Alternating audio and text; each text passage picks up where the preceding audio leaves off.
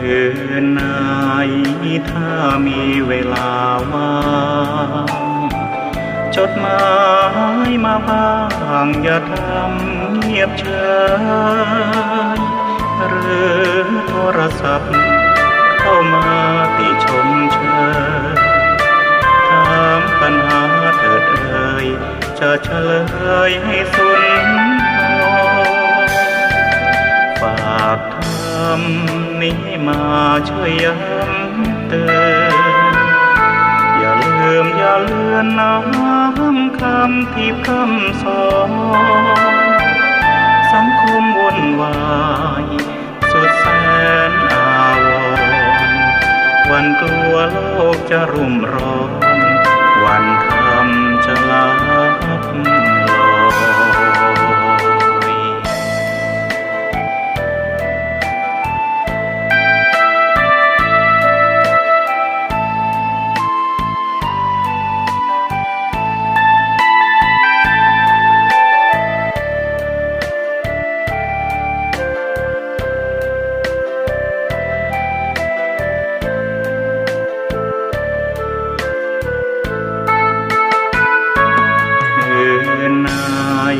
ถ้ามีเวลาว่า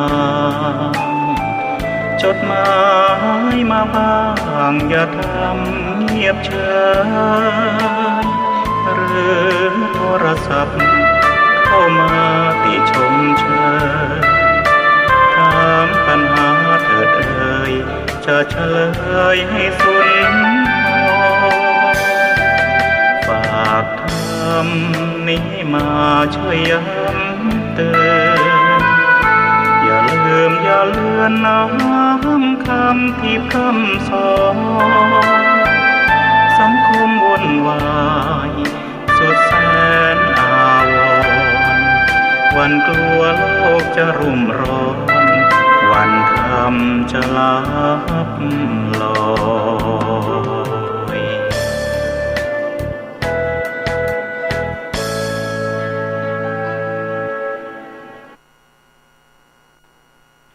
ขอเจริญสุขศรัทธาสาธุชนญาติโยมท่านผู้ฟังทั้งหลายทุกท่านทุกคนต่อไปนี้อาตมาภาพตัวเจ้าวัดหนองตองหางดงจังหวัดเชียงใหม่จะได้นำเอารายการธรรมะก่อนนอนมาพูดให้ญาติให้โยมได้ฟังกันตามโอกาสเวลาที่กำหนดไว้ไม่เกิน1 ชั่วโมงให้สาธุชนทั้งหลายได้รับฟังกันณทางสถานีวิทยุคลื่นพุทธศาสนา 104.50 ทำการออกอากาศณที่วัดฝายหินอำเภอเมืองจังหวัดเชียงใหม่ญาติโยมอันเป็นที่รักทั้งหลายทุกท่านทุกคน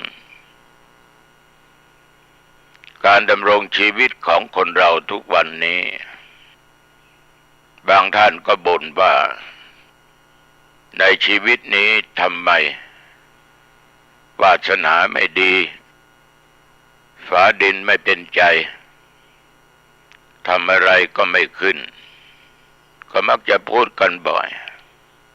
ถ้าถามว่าการค้าขายเป็นยังไงบ้างบางคนก็ตอบไปง่ายๆว่าก็อย่างนั้นแหละดีบ้างไม่ดีบ้างรู้สึกเศรษฐกิจจะย่ำแย่ไม่พอกินไม่พอใช้ก็จะบ่นกันอยู่ตลอดเวลาในเรื่องของการทำมาหากินเรื่องเศรษฐกิจและประการสำคัญในปัจจุบันนี้ไปที่ไหนก็จะได้รับฟังจากญาติจากโยมทุกเพศทุกวัยทุกชั้นวรรณะไม่ว่าพระสงฆ์องค์เจ้าท่านก็บ่นว่าเมืองเชียงใหม่เรานี่แย่เมืองเหนือเราแย่ติดอันดับโลกก็ถามว่าอะไรที่แย่หมอกควันมีมากทำให้การหายใจอึดอัด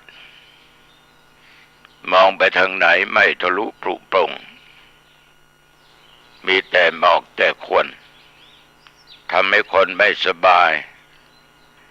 ยิ่งเป็นผู้เฒ่าผู้แก่ยิ่งเป็นคนที่มีภูมิแพ้ก็ยิ่งจะเจอกับสิ่งเหล่านี้โรงพยาบาลรับคนป่วยไม่หวั่นไม่ไหวไปที่ไหนก็มีการพูดกันอย่างนี้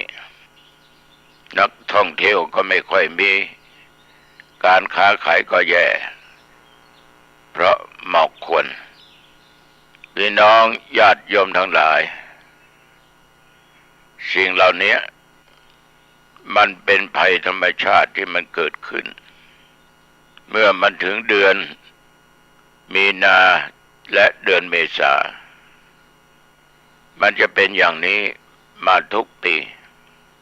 เราก็พูดกันว่ามันแย่ทุกครั้งทีนี้การแก้ไขเราทุกคนนั้นมักเอาดีใส่ตัวเองมักเอาชั่วใส่คนอื่นบุคคลที่มีตำแหน่งหน้าที่เป็นหัวหน้าคนอยู่ในกรมนั้นกรมนี้องค์กรนั้นองค์กรนี้ก็จะต้องถูกโจมตีตลอดว่าไม่เอาใจใส่ไม่ขจัดสิ่งเหล่านี้ทำไมปล่อยหมอกควันให้มันขึ้นมาอย่างนี้ไม่อายเขาหรือดังระเบิดไปทั่วโลกติดอันดับ1อันดับ2ของโลกญาติโยมทั้งหลายเรานี่เห็นแก่ตัวจริงๆเขาก็คนเราก็คนเราก็ยังไม่สามารถจะกำจัดได้ทุกสิ่งทุกอย่างมันเกิดขึ้นบอกแล้วว่ามันเป็นเรื่องของธรรมชาติและทุกอย่างก็เกิดจากมนุษย์เพื่อนร่วมโลกร่วมชีวิตที่เราต่างอยู่ต่างอาศัยในโลกนี้เราสร้างมันขึ้นมาจะมาเห็นภาพเหล่านี้มาตั้งแต่เป็นเด็กแล้วสมัยเป็นเด็กอายุ7-8 ปีรู้ความอยู่ที่หมู่บ้านอ้อยตำบลห้วยทรายอำเภอแม่ริมจังหวัดเชียงใหม่อยู่กับโยมพ่อโยมแม่เมื่อถึงเดือนมีนานี่ใกล้เดือนเมษาอากาศมันจะเป็นเช่นนี้เป็นหมอกเป็นควันจะไปที่ไหนเหลียวซ้ายเหลียวขวาไปข้างหลังข้างหน้าถ้าเจอภูเขาเจอป่าก็จะเห็นแสงไฟเมื่อเข้ามาบวชเป็นสามเณรเป็นพระรับกิจนิมนต์ประเทศต่างอำเภอต่างจังหวัดไปฝางไปเชียงรายไปลำปางไปทางจอมทองฮอดอมก๋อยตลอดจะไปจังหวัดแม่ฮ่องสอนเราก็จะเห็นไฟไหม้ตามป่าอยู่ตลอดบางทีก็ไม่ใกล้กับทางเดินคือถนนหนทางญาติโยมเราเจอมาตั้งนานสิ่งเหล่านี้แต่คนยุคนั้นสมัยนั้นไม่ค่อยบ่นกันเพราะถือเป็นเรื่องธรรมดาแต่ในยุคปัจจุบันนี้คนมันก็เยอะรถยนต์มันก็แยะไม่ว่าจะเป็นรถจักรยานยนต์รถยนต์โรงงานมันก็มีเยอะสมัยก่อนควันไฟในญาติโยมพี่น้องชาวไร่ชาวนานี่หลังจากที่เก็บเกี่ยวแล้วก็เผาฟางเผาต่อฟางต่อเฟือง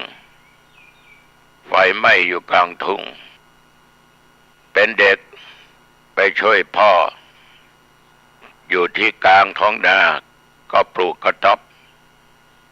แล้วเราก็ขึ้นนอนข้างบนกับพ่อข้างล่างก็มัดควายไว้กลัวเหลือบกลัวยุงมากัดควายก็หาหญ้าแห้งบ้างดิบบ้างมากองกันแล้วก็จุดไฟก็ใช้ควันโคนไฟนี่แหละไล่เหลือบไล่ยุงไอ้เราก็ถูกย่าง อยู่ข้างบนกระพอกก็ไม่เห็นเป็นไรยุงก็ไม่มีเหลือบก็ไม่มีท่านทั้งหลายมันเป็นธรรมชาติเป็นสิ่งที่มันเกิดขึ้นเมื่อถึงเวลานี้ก็มนุษย์นี่แหละไปเผาป่าไฟป่าจริงๆนะมันมีน้อยที่มันจะเกิดจากการเสียดสีกันมันมีน้อยมากแต่เป็นฝีมือของมนุษย์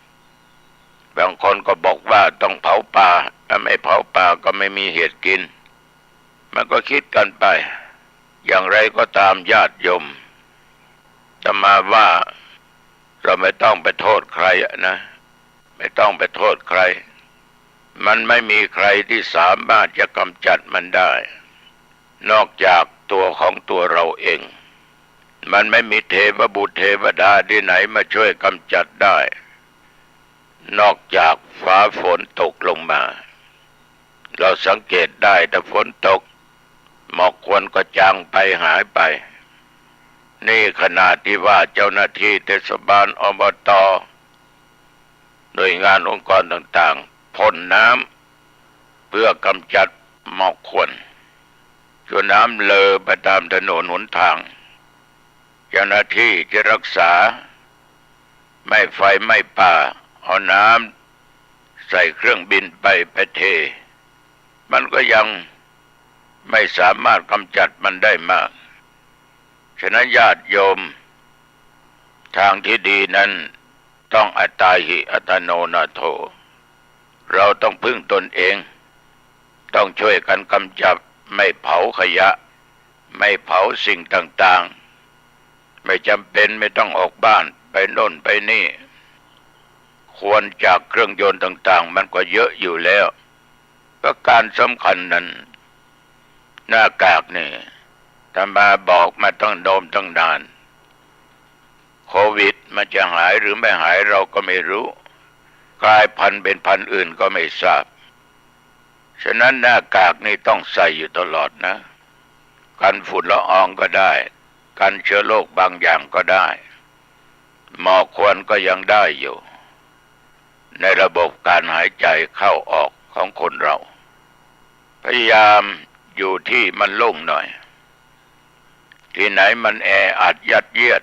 ที่มีคนหมู่มากเราก็พยายามหลีกและไม่จำเป็นต้องออกบ้านไปไหนไม่มีธุระสำคัญเราก็ไม่ต้องออกไปญาติโยมขอบิณฑบาตอย่าโทษใครเลยอย่าไปหาว่าคนนั้นองค์กรนั้นหน่วยงานนั้นท่านทั้งหลายเหล่านั้นทำท่านก็ทำไปตามหน้าที่ตามความเรียกร้องมันกำจัดไม่ได้มันต้องกำจัดความคิดของตัวเองเป็นเบื้องต้นและต้องป้องกันตัวเองให้ดีที่สุดนี่ตุเจ้าจึงขอฝากไว้กับญาติกับโยมอย่าเห็นแก่ตัวมากเลยอย่าไปโทษปีโทษกองก็ต้องคิดดูให้ดีโดยเอาเหตุและเอาผลการอยู่ร่วมกันทุกวันนี้ญาติโยม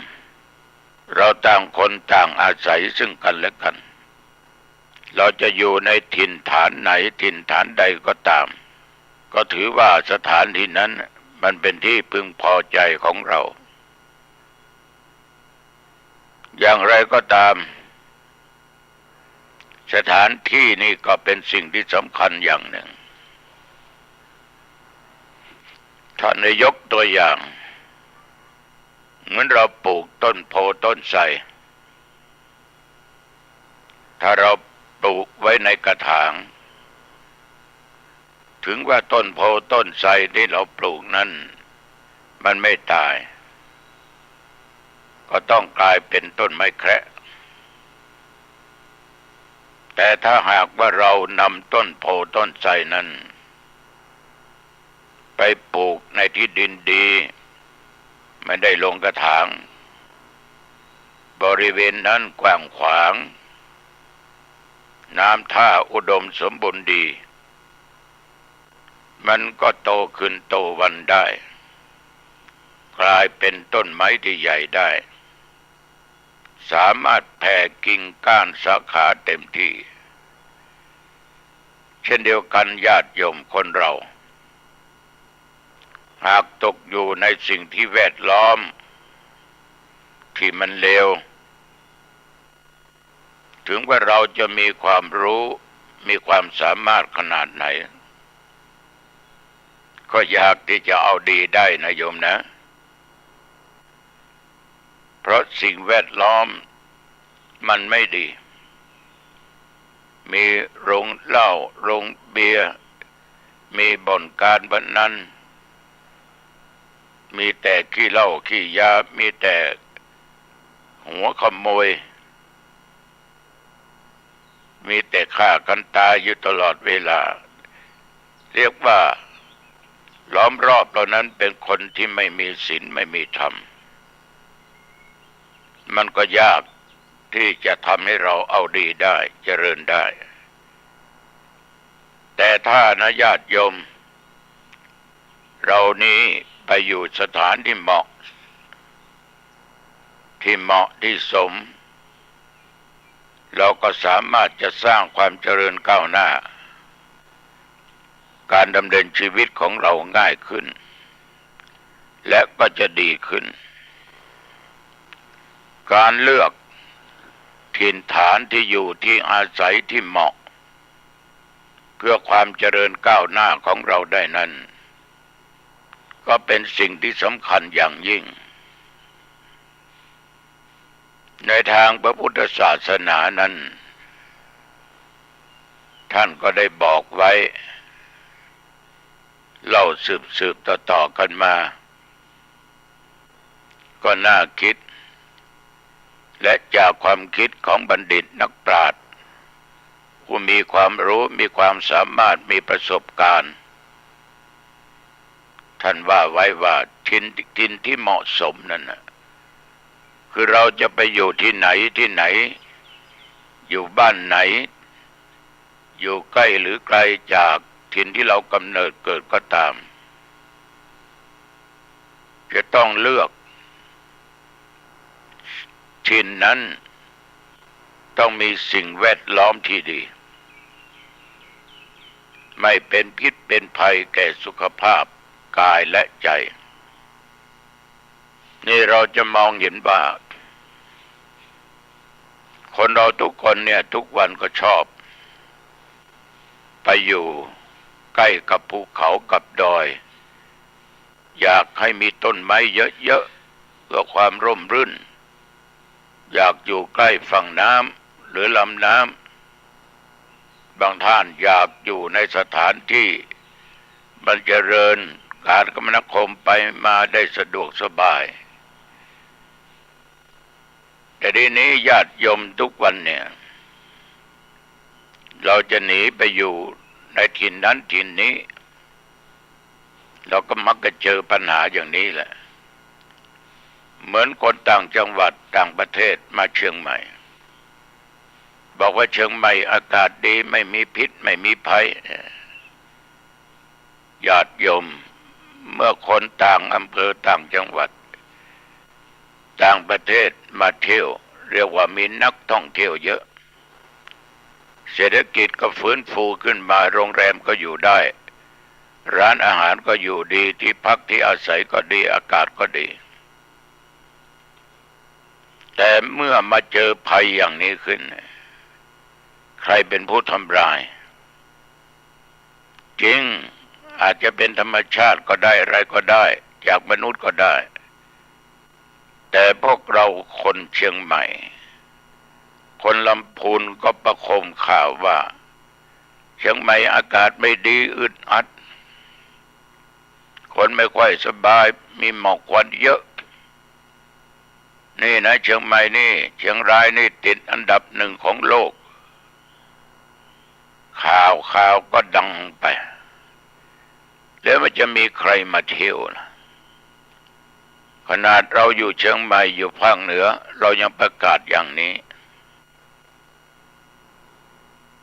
นักท่องเที่ยวก็หยุดเศรษฐกิจก็แย่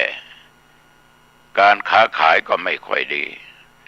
โรงแรมก็ต้องว่างร้านอาหารก็ต้องสูญเปล่าก็เรานี่แหละสร้างสิ่งเหล่านี้ขึ้นมาฉะนั้นญาติโยมเราจะต้องทำยังไงเมื่อถิ่นฐานของเรามันเป็นอย่างนี้มันเป็นพิษเป็นภัยที่เราว่าอย่างนี้มันก็ต้องอยู่ที่ตัวทุกคนต้องช่วยกันกำจัดพิษภัยเหล่านี้ให้ได้กำจัดความคิดประโคมข่าวว่าเมืองเชียงใหม่นี่เป็นพิษเป็นภัยบ่เหมาะควรญาติโยมผลที่ตามมานั้นโยมก็เดือดร้อนอย่างไรก็ตามอาตมาอยากจะฝากเราอยู่ในสถานะถิ่นฐานใดก็ตามที่สิ่งแวดล้อมนอกจากภูมิทัศน์แล้วสิ่งรอบกายก็คือเพื่อนมนุษย์เพื่อนพ้องพี่น้องชาวบ้านที่อาตมาภาพพูดไปเมื่อข้างต้นเมื่อกี้ว่าท่านเหล่านั้น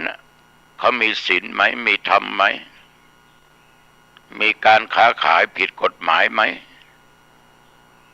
ถ้าไม่มีศีลไม่มีธรรมเนี่ยทำอะไรก็ตามญาติโยมมันจะเป็นสถานที่อย่างไรก็ตาม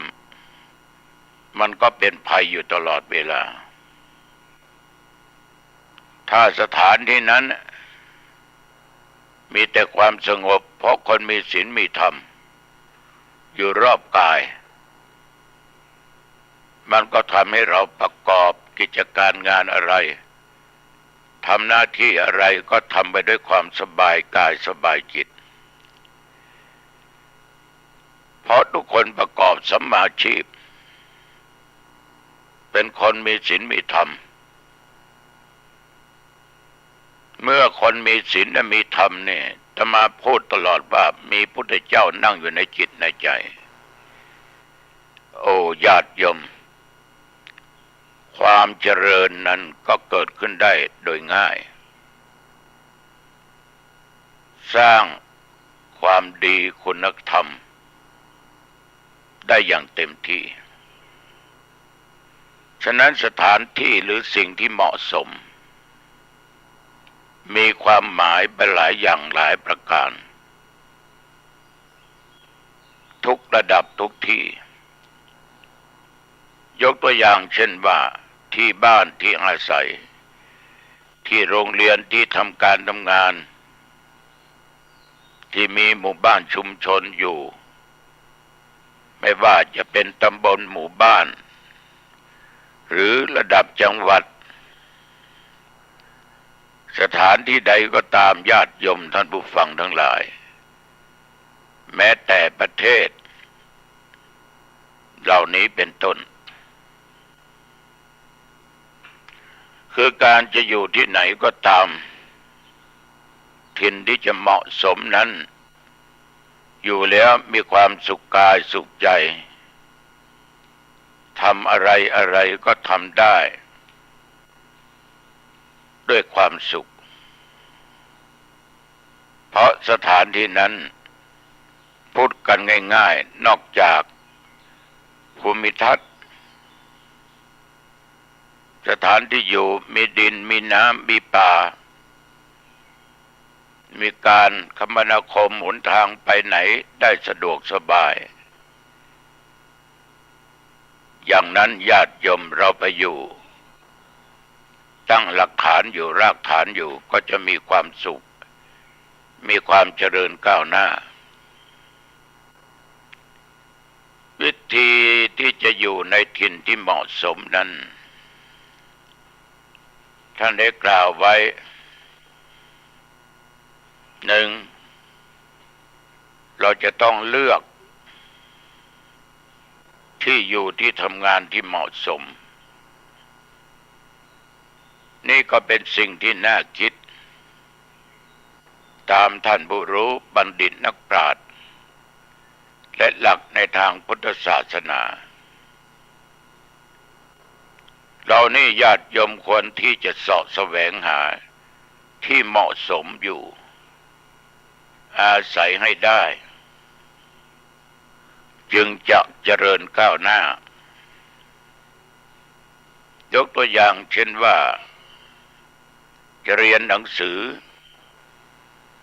ต้องหาโรงเรียนดีๆครูบาอาจารย์ดีหมู่บ้านดีเพื่อนนักเรียนดีสถานที่ดีมันก็จะไปได้ดีถ้าโรงเรียนนั้นสถานที่นั้นครูก็ไม่ดีนักเรียนก็อันธพาลอาคารก็ไม่ดีอาคารยังเป็นสิ่งประกอบเรื่องครูบาอาจารย์และสำคัญไม่มีศีลไม่มีธรรมผิดศีลผิดธรรมตลอดเวลาดังเป็นข่าวคราวอยู่ตลอดเราไปอยู่ก็หาความสุขไม่ได้หาความเจริญก้าวหน้าไม่ได้เราไปบวชอยู่วัดนั้นวัดนี้ท่านสมภารก็ผิดศีลผิดธรรมไม่มีศีลไม่มีธรรมมันก็อยู่ไม่มีความสุขถ้าวัดนั้นท่านสมภารมีศีลมีธรรมะอยู่ในจิตในใจเราเป็นพระเป็นเณรไปอยู่ร่วมเราก็มีความสุขได้แต่ถึงสมภารจะมีศีลมีธรรมท่านมีเมตตาธรรมสูงแต่พวกที่ไปอยู่ร่วมกันดีเป็นบางคนไม่ดีก็มีเยอะมันก็อยู่ด้วยความสุขไม่ได้ฉะนั้นสถานที่ไปพักสถานที่ไปเรียนแม้แต่สถานที่เราทำการทำงานญาติโยมท่านผู้ฟังเราดูอาคารโอ้อาใหญ่โตระโหฐานมีหน่วยงานต่างๆเยอะมีคนแยะแต่ว่าเมื่อเราไปนั่งทำงานแล้วคนเห็นแก่ตัวก็เยอะคนปล้นเวลาของหน่วยงานราชการก็แยะทุจริตก็มีมันก็อยู่ได้ไม่นานเพราะเหตุไรญาติโยมสถานที่นั้นมันร้อนละอุไปด้วยตัวกิเลสคือความโลภความคดความโกงกันโกงภาษีของแผ่นดินฉะนั้นสถานที่นั้นมันก็เลยไม่เหมาะ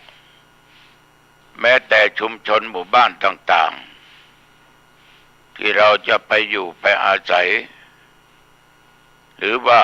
จะไปปลูกบ้านเราก็ต้องหาที่มันดีๆทำเลมันดีๆการคมนาคมที่เข้าที่ออกนั้นสำคัญยิ่ง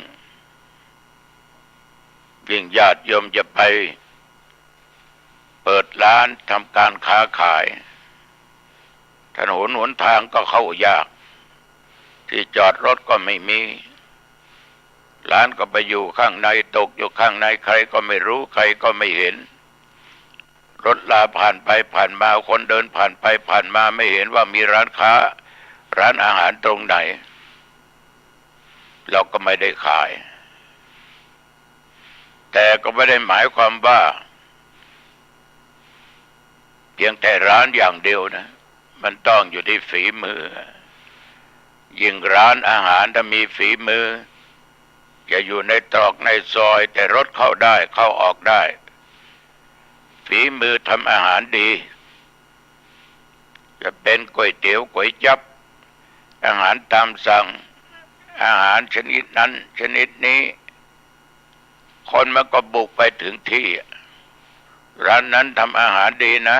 ไม่แพงจนเกินไปพอดีทานได้กินได้อาหารอร่อยมากนะ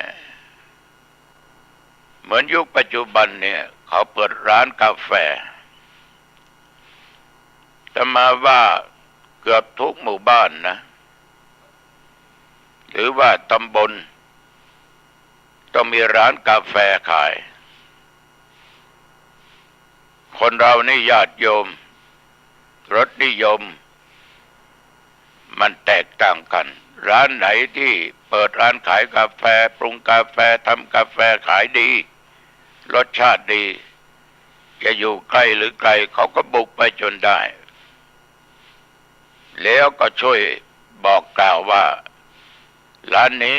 สู้ร้านโน้นไม่ได้ฝีมือเขาดีแต่ก็ยังว่าเหนือฟ้าก็ยังมีฟ้าฉะนั้นญาติโยมมันก็อยู่ที่สถานที่อย่างหนึ่งการคมนาคมการเข้ากันออกอย่างหนึ่งอยู่ที่ฝีมืออยู่ที่คำพูดคำจานี่ก็สำคัญนะปิยวาจาเจรจาอันอ่อนหวานญาติโยมบางคนอาหารพอทานได้พอกินได้แต่ว่าเจ้าของร้านนี่มันหวานยิ่งกว่าอาหารอร่อยยิ่งกว่าอาหารการพูดจาแต่ละคำที่พูดออกมานั้นพูดด้วยความอ่อนน้อมด้วยความจริงจังด้วยความจริงใจไม่มีเล่ห์ไม่มีกลเขาเรียกว่าพูดไม่เจ็บช่วยชี้แนะชี้นำเรื่องอาหารการกินเรื่องนั้นเรื่องนี้เรื่องการบริการจิปาถะบางคนหน้าตาก็สวยงามหล่อดีบางคนหน้าตาพอเข้าวัดเข้าว่าได้แต่วาจาดีก็สามารถจูงใจจับใจของคนได้มักได้ยินเขาพูดบ่อยว่าอาหารมันก็ดีนะโอ้เจ้าของร้านพนักงานพูดดีมากพูดเพราะไม่เหมือนร้านโน้นเราสั่งอะไรพูดก็โชกชากพูดก็ไม่ดีวาจาไม่ไพเราะเนญาติโยมภาษาพระบอกว่าต้องมีปิยวาจาเจรจาอันอ่อนหวานก็ไม่ได้หมายความว่าพูดดีแต่ใจไปอีกอย่างหนึ่งใจกับวาจาไม่ตรงกันไม่ช้านานคนก็รู้ไม่ช้านานคนก็รู้ใจคิดยังไงปากพูดไปอย่างนั้นญาติโยมเขาจึงบอกว่าปากเป็นเอกเลขเป็นโทมหาเสน่ห์อยู่ที่วาจาคุณจะขายอะไรจะค้าขายอะไรก็ตามอยู่ที่วาจาเราจะเห็นได้ร้านบางร้านขายของไม่ได้แม้แต่จะเป็นคลินิกโรงพยาบาลก็ตามถ้าหมอพูดไม่เพราะพยาบาลพูดไม่เพราะก็ไม่มีใครอยากจะไปร้านอาหารการกินร้านต่างๆก็ไม่มีใครอยากจะเข้าไปเพราะผู้บริการคือเจ้าของพูดไม่เพราะญาติโยมสถานดีก็จริงทำเลดีก็จริงคนมันต้องดีวาจาก็ต้องดีใจกับปากต้องเหมือนกันตรงกันคิดยังไงพูดไปอย่างนั้นนี่ก็ฝากไว้กับญาติกับโยมถิ่นที่เหมาะสมอีกอย่างหนึ่งคือการพัฒนาที่ทำงานให้เป็นถิ่นที่เหมาะสมไม่ว่าจะไปอยู่ที่ใดก็ตามต้องพยายามพัฒนาถิ่นที่เราอยู่ให้มันเหมาะสมอย่างเต็มที่อย่างเต็มความสามารถไม่ว่าจะเป็นบ้านหรือว่าสถานที่เราทำงานหรือว่าชุมชนหมู่บ้านก็ตามต้องยึดหลักการพัฒนาให้เป็นถิ่นที่ดีเป็นถิ่นที่เหมาะสมการจะไปอยู่ที่ไหนก็ตามญาติโยม อยู่โรงเรียนก็ต้องพัฒนาโรงเรียนอยู่ในเทศบาลในที่อบต.ก็ต้องพัฒนาที่เทศบาลและอบต.ให้ดีต้องจัดการสถานให้ดีให้เรียบร้อยให้มันเหมาะมันสมเข้าไปแล้วคนชมโอ้สถานที่เทศบาลเนี้ยดีโรงเรียนนี้ดีแล้วบุคลากรต้องดีบางแห่งบางที่สถานดีอาคารดีแต่บุคลากรไม่ดีมันก็หาความชมไม่ได้หาความเจริญไม่ได้คือมัวแต่พัฒนาด้านวัตถุแต่ด้านจิตใจไม่ได้พัฒนาขี้คดขี้โกงทุจริตทำงานเอาหน้าก็มีอย่างนี้มันต้องโละทิ้งแล้วพัฒนาทั้งสถานที่และทั้งบุคคลอยู่ที่ไหนต้องพัฒนาที่นั้นประการสำคัญเราเป็นหัวหน้าคนเราต้องพัฒนาตนให้ดีเป็นแบบเป็นอย่างในครอบครัวพ่อแม่เป็นแบบอย่างโรงเรียนครูเป็นแบบอย่างวัดพระเป็นแบบอย่างหน่วยงานองค์กรต่างๆสถานต่างๆมีหัวหน้าก็เป็นแบบอย่างภาษาใหม่ๆก็เรียกว่าเป็นไอดอลในทางที่ดีถ้าหัวหน้าไม่ดีพ่อไม่ดีแม่ไม่ดีลูกมันก็ไม่ดีครูอาจารย์ไม่ดีลูกศิษย์ลูกหาก็ไม่ดีเพราะมันจะดูแบบอย่างที่ไม่ดีญาติโยมท่านผู้ฟังทั้งหลายมนุษย์นี่มันแปลกสิ่งดีๆมันไม่ค่อยเอาหรอกมันจะไปเรียนสิ่งที่ไม่ดีบางครั้งเราบอกว่าสิ่งนั้นมันไม่ดีอย่าไปทำตามเขาก็จะย้อนกลับมาว่ามันต้องดีถ้ามันไม่ดีเขาจะไม่ทำรู้ได้ยังไงว่ามันไม่ดีมันจะเถียงอีกฉะนั้นญาติโยมสิ่งเหล่านี้เป็นสิ่งที่สำคัญต้องพัฒนาทั้งสถานที่ถิ่นที่เราอยู่เราอาศัยที่ทำงานแต่ต้องพัฒนาบุคคลแล้วที่อยู่ที่อาศัยต้องมีสภาพทางภูมิศาสตร์ดีต้องมีต้นไม้ต้องมีน้ำมีไฟสะดวกมีถนนหนทางเข้าสะดวกสบายมีอากาศถ่ายเทได้ไม่มีเสียงอึกกระทึกคึกคมมีบริเวณพอสมควรและเป็นที่ตั้งได้ที่เหมาะก็ต้องเป็นบริเวณที่อยู่ในย่านชุมชนถ้าคุณจะเปิดร้านค้าแต่เหมือนว่าเมื่อกี้ว่าต้องการคมนาคมดีฉะนั้นเรื่องสถานที่ก็เป็นที่ที่สำคัญคุณต้องเลือกดูดีๆแต่ก็ยังว่าเลือกสถานที่ดีแล้วแต่บุคคลไม่ดีก็ไปได้ยากฉะนั้นลักษณะของถิ่นหรือสถานที่นะก็เป็นสิ่งสำคัญ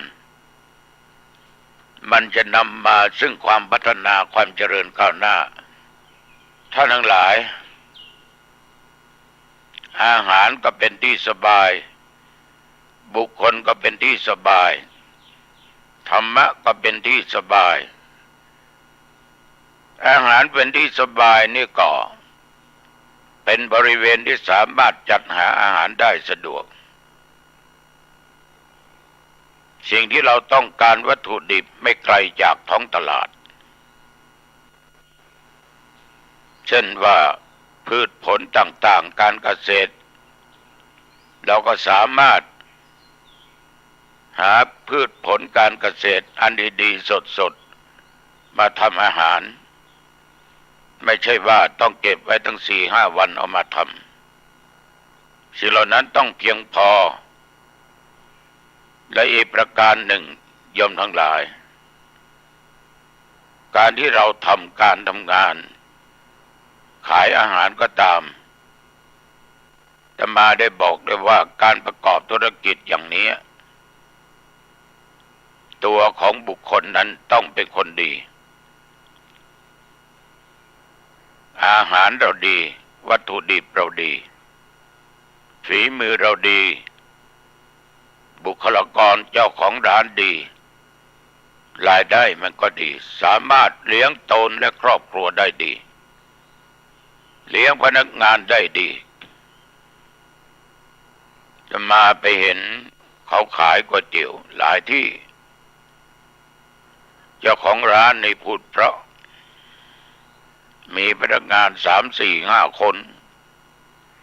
ในร้านเนี่ยคนเต็มอยู่ตลอดเวลาขายก๋วยเตี๋ยวขายราดหน้าขายของที่เป็นเส้น แขกเข้าร้านไปสิ่งสำคัญอ่อนน้อมเคารพทั้งกายทั้งวาจาบัดดีครับบัดดีข้าบัดดีเจ้าวันนี้จะทานอะไรข้าจะกินอะไรอย่างเจ้าเดี๋ยวจัดให้เจ้าโอ้เชิญนั่งเจ้าเสิร์ฟน้ำมาแล้วญาติโยมเดี๋ยวขอ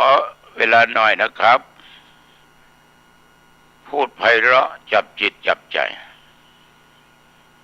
แต่จริงรสชาติอาหารหรือก๋วยเตี๋ยวร้านนั้นก็ไม่ได้ดีเลิศประเสริฐอะไรก็เหมือนกับร้านหลายร้านแต่ว่าเจ้าของเขามีการพัฒนาที่ร้านก็นั่งไม่ติดกัน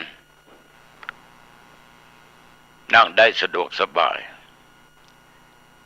เมื่อคนไม่แออัดมานั่งสะดวกสบายจะลุกจะเหินจะเดินไปห้องน้ำก็สะดวกอาหารส่วนมากก็เป็นของสดผักก็สดปลาก็สดอะไรก็สดญาติโยมก็ทำให้ร้านนั้นคนติดวันหนึ่งได้หลายหมื่นบาทก็ไม่ใช่เขาได้คนเดียว1ต้นทุน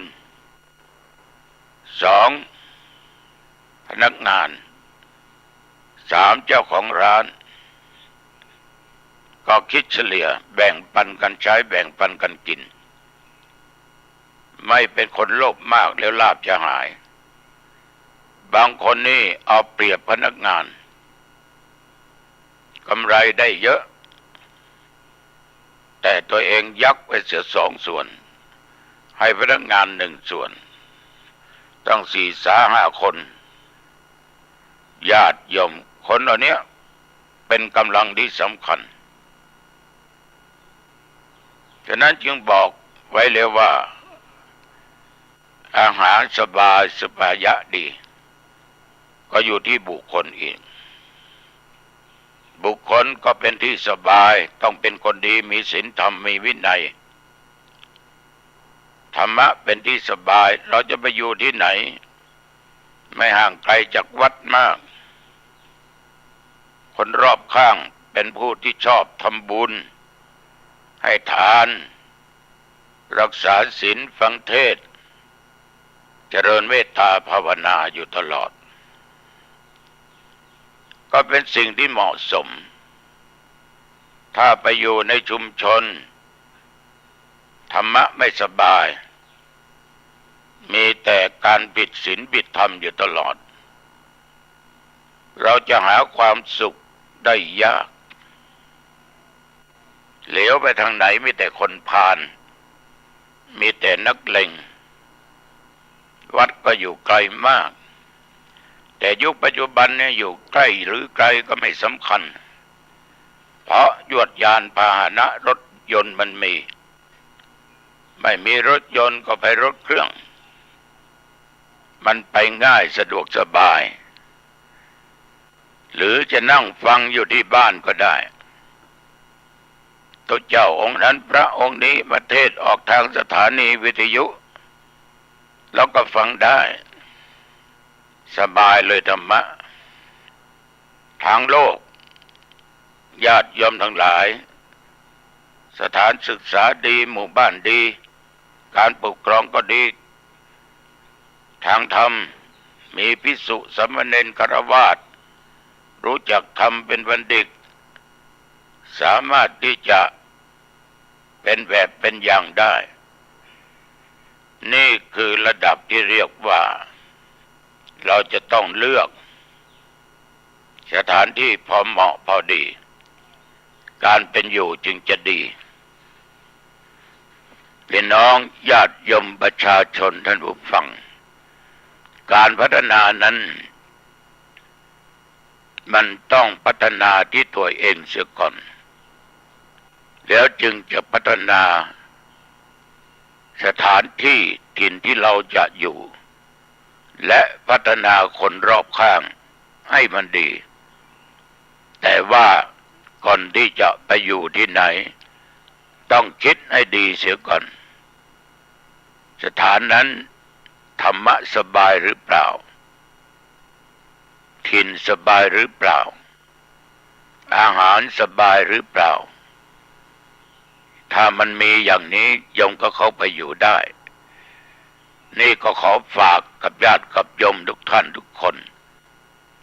เอาละนะก็เป็นเวลาพอสมควรในที่สุดธรรมภาพก็ขอญาติโยมทั้งหลายกราบพระ5 หนกราบพระพุทธเจ้ากราบพระธรรมกราบพระสงฆ์กราบพระในบ้านคือพระบิดามารดากราบพระคือครูอาจารย์อุปชัยยะเดี๋ยวตั้งจิตสวดพุทธคุณธรรมคุณสังฆคุณจบแล้วก็นั่งสมาธินอนสมาธิอิริยาบถใดก็ได้พอสมควรแผ่เมตตาแก่เจ้ากรรมนายเวรสรรพสัตว์เพื่อนพ้องเพื่อนมนุษย์มิตรสหายที่ล้มหายตายจากไปเจ้ากรรมนายเวรแผ่เมตตาให้แก่บรรพบุรุษพ่อแม่ปู่ย่าตายายครูบาอาจารย์ผู้มีพระคุณทั้งหลายแล้วอย่าลืมแผ่เมตตาแก่ตัวเองว่าสาธุข้าพเจ้าเกิดมาชาติไหนพบใดอันว่าความทุกข์ความยากความลำบากอดอยากอย่าได้เกิดมีแก่ข้าพเจ้าขอได้เกิดร่วมชาติพระสิริยะเมตไตรหลับให้สบายตื่นก็สบายสดชื่นนะโยมนะอายุวันโนสุขังพลังพบกันใหม่โอกาส